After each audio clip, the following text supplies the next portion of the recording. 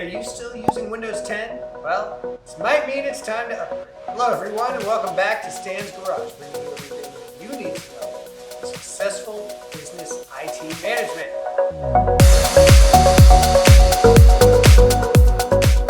So in today's video, we're going to be discussing a recent article that sheds light on an important development regarding the Windows 10 operating system. Yep, Microsoft has announced that Windows 10 version 21H2 has reached the end of its servicing, of course 22H2 being the most current build. So join us as we dive into the details and understand what this means for Windows 10 users. No, it doesn't mean you have to go to Windows 11 tomorrow. So a little bit about Windows 10 servicing. Before we jump into the announcement, let's first understand what end of servicing means in the context of Windows 10. Now, Windows 10 follows a servicing model where Microsoft releases regular updates and support for different versions of the operating system. Right? So there's been numerous builds of Windows 10 over the years, and this is the next most recent one that's now being sunsetted. The model ensures that users receive security patches, bug fixes, and feature updates to keep their systems secure and up to date, right? However, Microsoft designates a specific lifecycle for each of these Windows 10 versions, and then at some point it reaches the end of servicing. So, long story short, Windows 10 21H2 has reached the end of that service.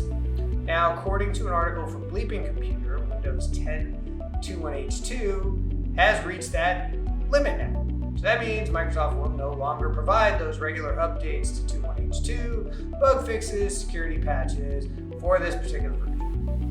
If you're running this in your business, it's really time. It's long been past time to go to 22H2, but if you've got some stragglers out there or machines that wouldn't update, you've certainly experienced that.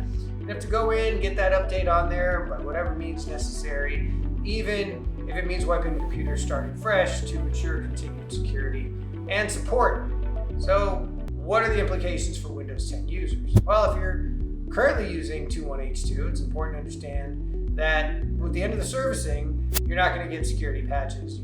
Your system's going to become more vulnerable to security threats, malware attacks, zero-day bugs, whatever might come out there. Second, compatibility with new applications and hardware devices may be limited over time, as developers will focus their efforts on supporting newer versions. We have seen this where new hardware comes out and drivers will only support certain builds and beyond. So if you have something older, like a 1903 version or something, certain drivers aren't going to work. Technical support, getting support from Microsoft is fairly limited for most people unless you're in business.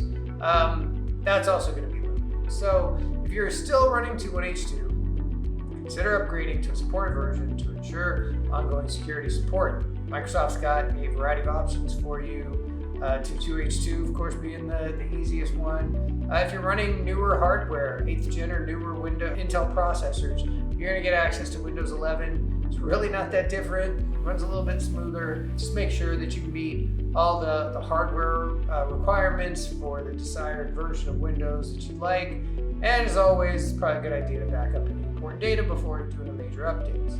So in conclusion, Windows 10 21H2 reaching the end of life, end of servicing, really just is telling you that you should get your systems patched and up to date. It's not the end of the world, things aren't going to stop functioning, but get that update, get that patch on there. It's free, it just takes a little bit of your time. Anyway, I'd love to get your thoughts on this. If you didn't know much about what end of servicing is, I hope this is helpful. And again, always a good idea. Keep your operating systems up to date. If you want some help with updating systems, making sure they stay patched, feel free to schedule time with me via the Calendly link here in the show description. And thanks again for watching. Please remember to like and subscribe and comment, and I will catch you on the next video. All right.